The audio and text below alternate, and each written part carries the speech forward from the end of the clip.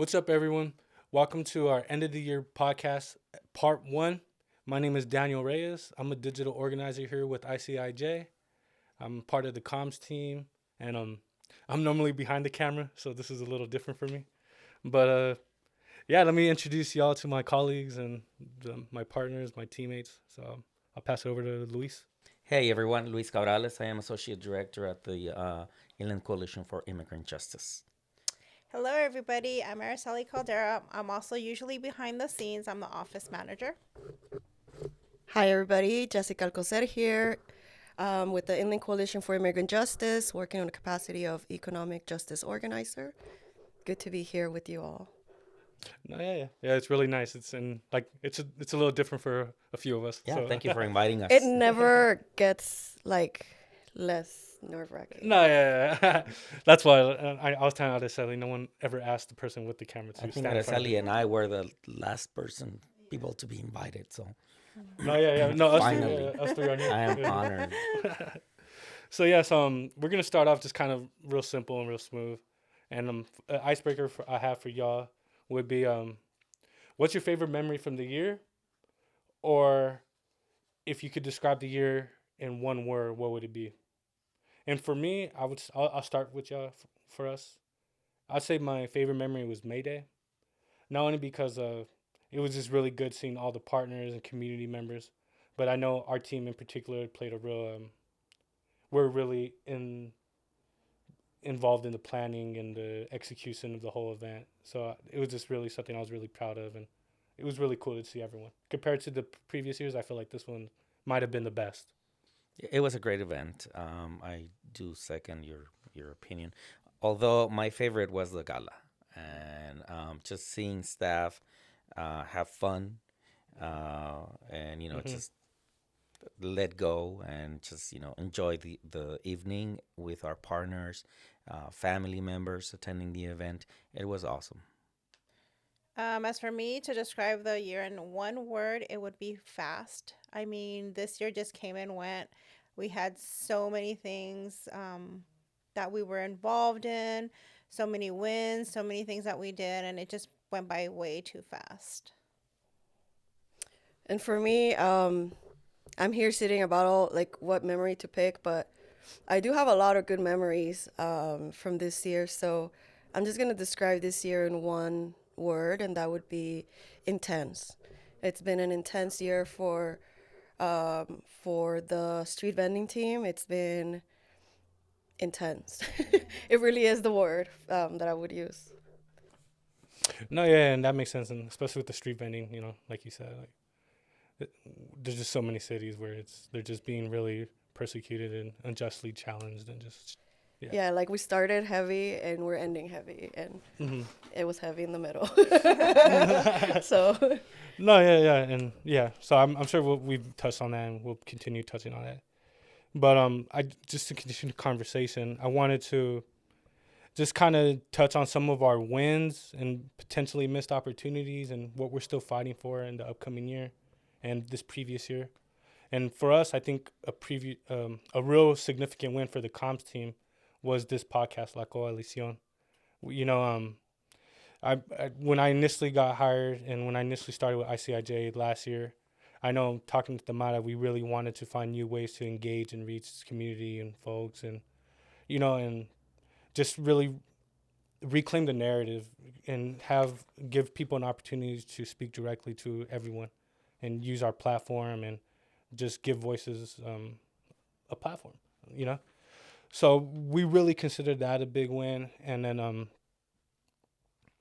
yeah, I don't know if y'all have any thoughts about the podcast, if No, what y'all think about yeah, it. I Yeah. agree. I think giving our partners also the opportunity to speak about their issues, their concerns, their campaigns, and open this space for them is a great victory. And so I'm very hopeful that next year we will continue to see that, and we'll continue to see more partners joining us and visiting us and coming into to be part of this podcast because the more partners, I think the more we'll continue growing and strengthening those voices. And I gotta say that like one of my favorite memories of this year was like the first time we recorded the podcast, because I've always loved podcasts. I've been listening to podcasts for like over a decade. Like I've just been following podcasts for a long time, and being on the other side of things, I was like, I'll be hella comfortable, but I wasn't. And it was like, oh my God, now I got to face this other side of things. And it is really difficult to do a podcast. So, huge kudos to like the whole team, but mainly like you two that are editing and running this thing, because it's coming along really well. And I see the progress, and I love having these conversations with people. So yeah, thank you for that, because it's been fun. No, yeah, and the whole team has been very, very supportive and partners. Like we ask someone, could you be on the podcast, and it's always like, yeah, when. It's not why, it's always when. And yeah, you said you two, and I gotta shout out Diana. She's behind the scenes right now, and the podcast wouldn't be going down without her. Like, yeah, for real. Yeah. Oh man, I'm sorry, but yeah, so yeah, and thank you for everyone listening. We've seen continued growth, and we're really gonna level it up next year, and we're really excited. So another victory I feel like the comms team has had, in particular with partners and in the Empire, was the IE Comms Hub, which has been pretty much led by IE United and ICIJ. And again, this is just another way, I don't want to keep repeating it, but like reclaiming the narrative, which I feel like is really important, especially with immigration in the IE and just Southern California and California as a whole. So yeah, it's a group of partners. We come together, and it's just communications work. We're reclaiming the narrative. I'm sorry. Let me look at my notes. I wrote some notes. Yeah. So we have like 4 pillars of it. So it would be affordable housing, youth empowerment, restorative justice, and environmental justice. So and that's what it is. So it's really just the IE concept. And it's us trying to really just take control of the perception of the region and try to reach people and really make a difference. But I'll pass it over for our next one, and this is going to go to Araceli, and she was going to recap our May Day event a little bit more. Okay, so yeah, like you guys said, it was a great day. We had hundreds of our partners there. We rallied through downtown Riverside, and this year was our workers solidarity. So it's a great way to just let people know that we're there. When we rallied through Riverside, it was, with our Jornaleros del Norte just dancing, but also making our word be heard. So it was a great event. This is done every year, which every year I think it's even a better turnout. So the good thing is, like, as soon as one is done, we're always planning the next one.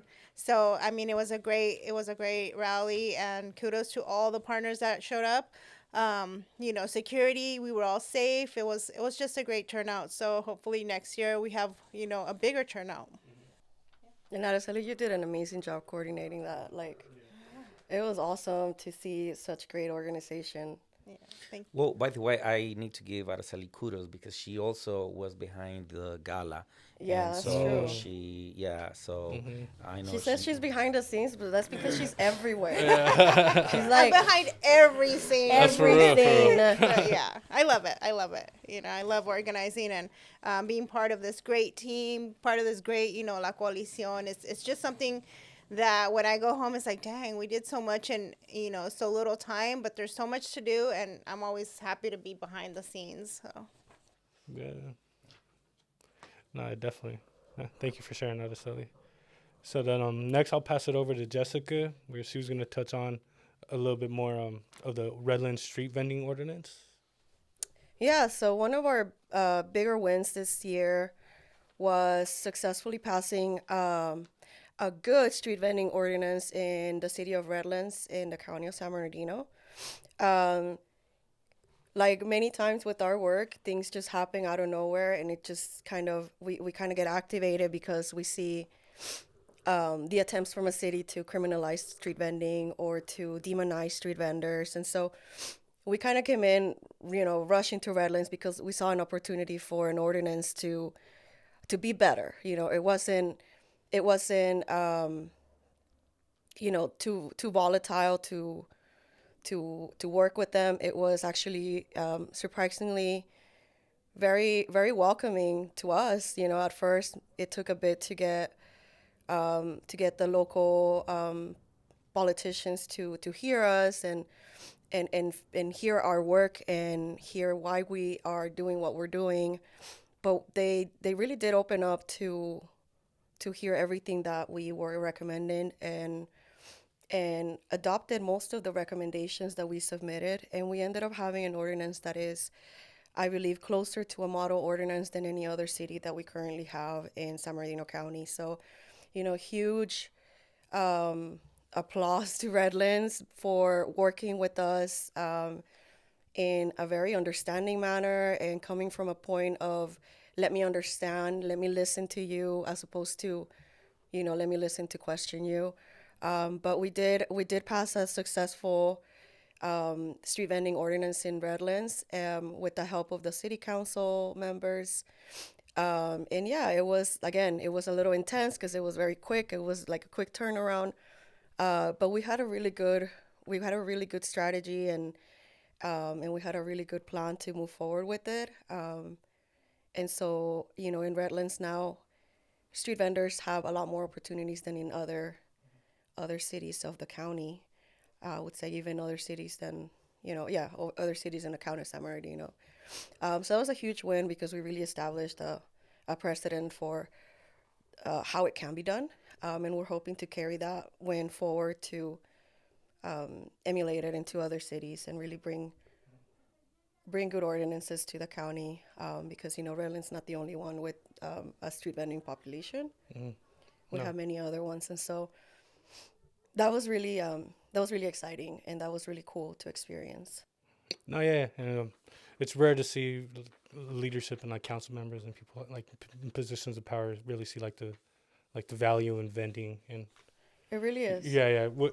Do you think that's like a template that really could be practically applied to like other cities, or was the leadership there really just the extra care that were different? Like I think they led by. I mean, I wish that they would. They really led by example. They wanted us to be understanding, and they wanted us to accept some compromise and work in creating something that benefits both sides, if you will, the community and the city.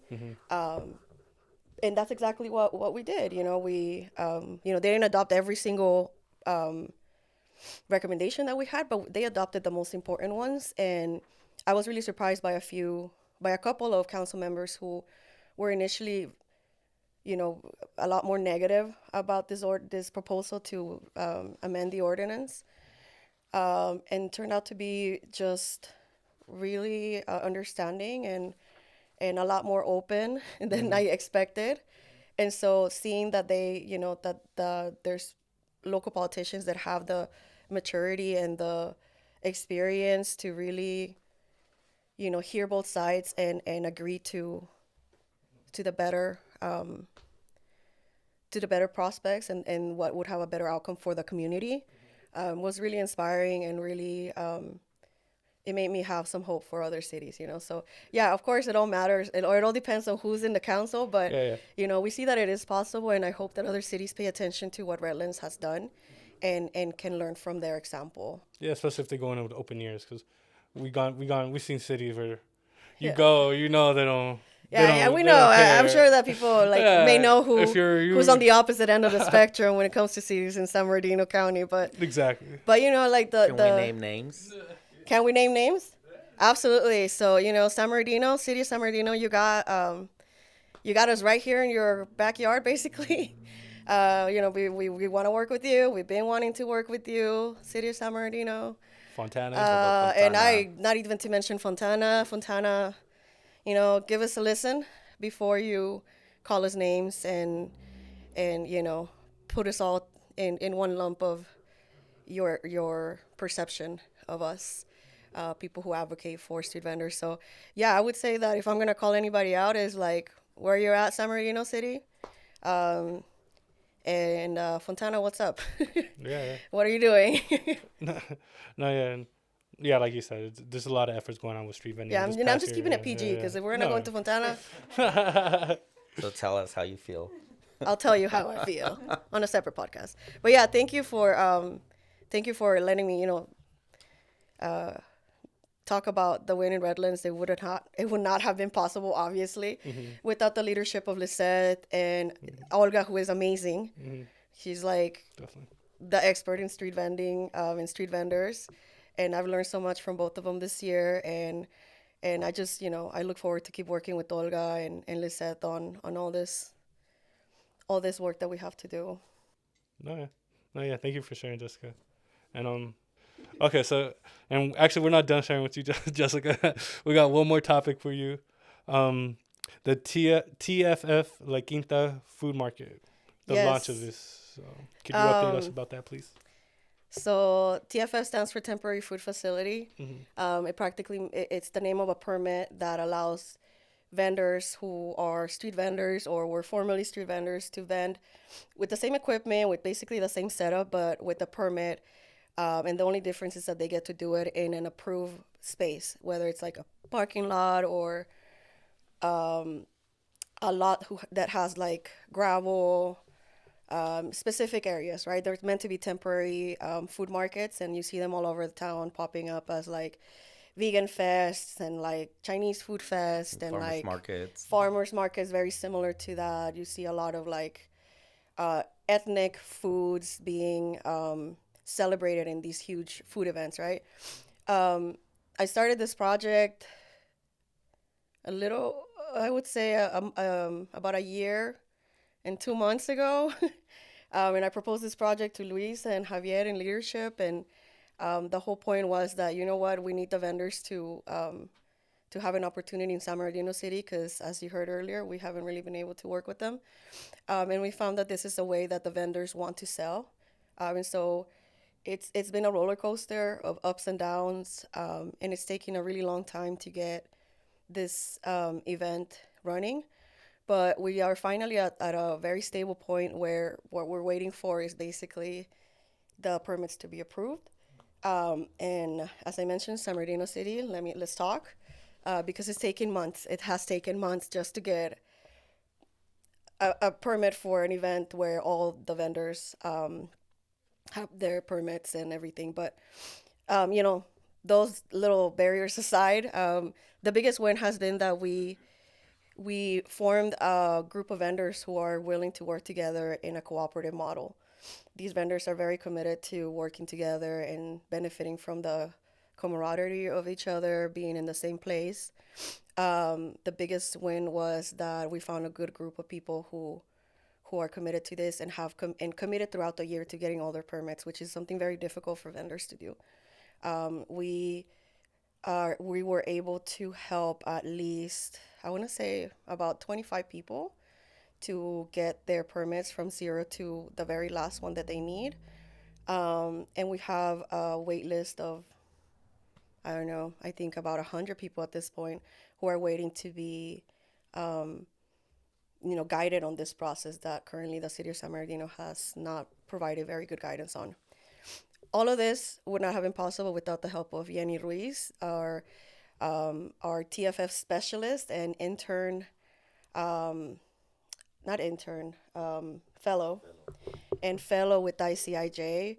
She onboarded a few months ago, and she has really helped me move this project forward. So, Yenny's not here, but huge kudos to Yenny, and just all my respect for her and all the vendors that have gone through everything. But we're getting closer to launching. Every day I'm hoping that it's the day that we receive approval, but we're really looking forward to launching this event. And please stay tuned because we will be sending updates as soon as we know that we're going to be opening and we have a date. So, it's taking longer than we expected, but at the end of the day, the biggest win was that the vendors are committed and are now fully permitted for TFF events. Yeah, that's really cool, Jessica. Yeah. Yeah. Congratulations to. And we do have the space. And we do We have do a have the space. space. Yes. And we got a space subsidized to us, basically by a community partner. Should we name him? David Freeman. more kudos. David Freeman, friend of the coalition, was, able to subsidize a perfect little space for us. And, so we have a lease, we have the vendors ready. All we need is really the city to work with us um, and make this a possibility. So, yeah, so there's been a lot of people involved in this, and it's been really interesting, and I've learned so much from all of it. Very excited and consider it a huge win for all the people involved in this project. No, yeah, it's a massive one. I'm looking forward to launch too, just because the comms team we worked on the Oh branding. yeah, I almost I look forward to I seeing won't it. be yeah. I can't forgive myself if I don't mention how comms has been so awesome. No, yeah, no, I wasn't saying it like that, but I just And I did think about it saying like the first thing in the beginning of my spiel, but I was like, you know what? Let me give kudos to other people too. I wasn't gonna let it slide. Don't let it slide. You know what? You deserve all of that. No, because yeah. So I'm really the comms excited. team jumped on it, gave me a full comms campaign, and Diana worked with one of the vendors that is part of the administrative team for this project, and they were able to set some goals and are kind of still working on it. But yeah, like you guys have been amazing, and the logo has been so awesome. And once you guys see the logo, just thank him. Daniel really went above and beyond designing something cool for us. No, yeah, it was cool. It was a real collaborative effort all around. Thank you for sharing, Jessica. Next, we're gonna pass it over to Luis, who's gonna touch a little bit on the Hill budget proposal. So, please update us, Luis. Yeah, thank you very much. Well, HEAL was a bill approved in June, and also it brings a budget of $5 million for local governments willing to invest in moving away from the private prison industry, specifically private detention centers.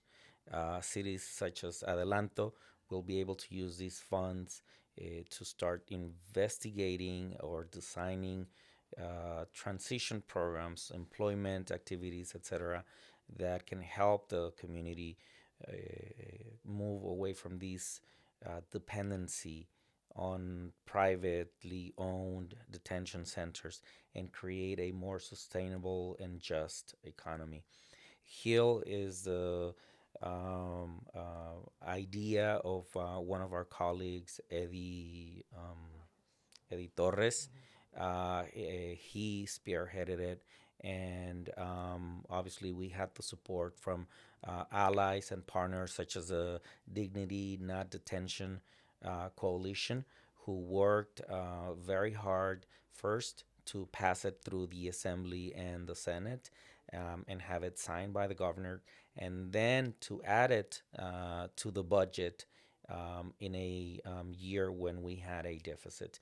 It's right now it's only $5 million, but we are very hopeful that these $5 million will increase next year, so that more local governments can start looking at the future in a more sustainable way and move away from these um, damaging industry that is a privately owned detention and prison system.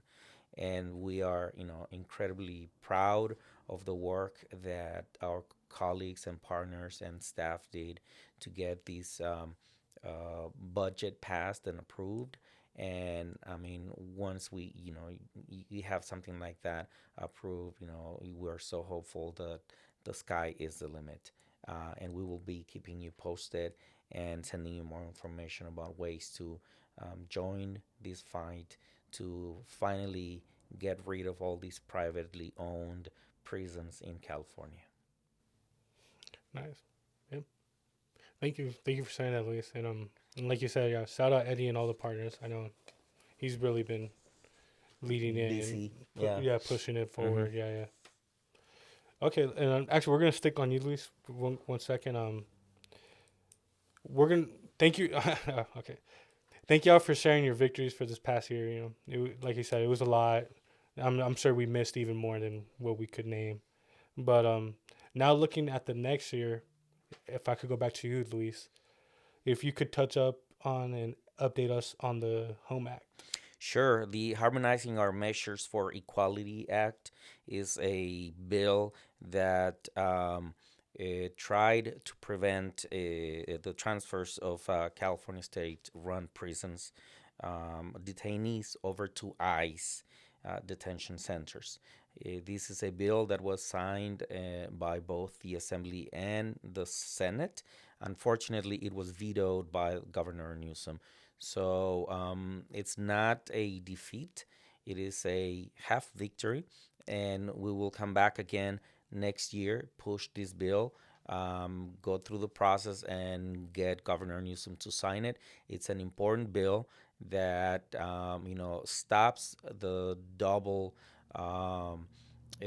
punishment of individuals who go to prison, who pay society for whatever they did. They should not be transferred to ICE detention centers where they spend months, years again before they're released.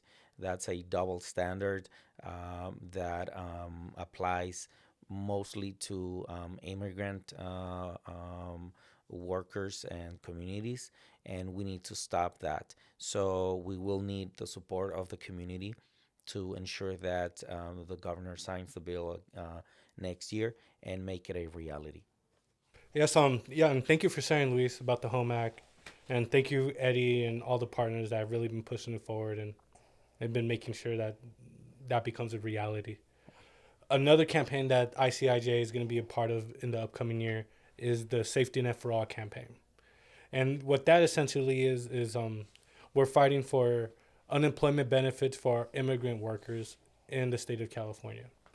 And yeah, and that's a big thing, because when you look at immigrant workers, they contribute, I think it's roughly like $10 billion annually in federal taxes, and it's almost $4 billion in state taxes. And when you say that, it's like, okay, that's a lot of money. But then when tragedy or who knows, we just had a pandemic. When something unexpected happens, they're literally left out to dry. These same people are essential workers. They're pivotal to our economic, our cultural, our fabric of California. So the safety net for all, we've been working on it in 2023, and I believe we started in 2022, if not before. I can't speak on that, but I know for this year we had to pause it just to guarantee that we can continue working on it in the next legislative cycle. So that's going to be really big on our plate next year, and we really need as much hands on deck that could support us in the Safety Net for All campaign. So yeah, and I think we're going to be almost wrapping it up, and I know Araceli had a couple things still. Yeah, so we want to invite you all to, join our efforts for street vendors. Please support us. We have a lot of work to do still, where we want to create a safe and equitable ordinance in our cities, in all our regions, not just here in San Bernardino, but also we are also including Palm Springs and Coachella. So please sign up for our newsletters so you can also see everything that's going on, where you can support us, become a volunteer, help our different campaigns. This work is not just done by us, it's also done a lot by the community. We also need your help, to do all these things, just be a part of it, support us. That's basically what we need from y'all, just to keep on going, to keep on making our community great. Also, stay tuned for all our anything else that we are doing. Make sure to follow us on social media, ICIJ, and then yes, for all our victories. And we hope to see you next year as well, to join us in our fights as well as our celebrations of everything that we do. So hope to see you guys all next year. Be part of us here at ICIJ, and stay tuned for part 2.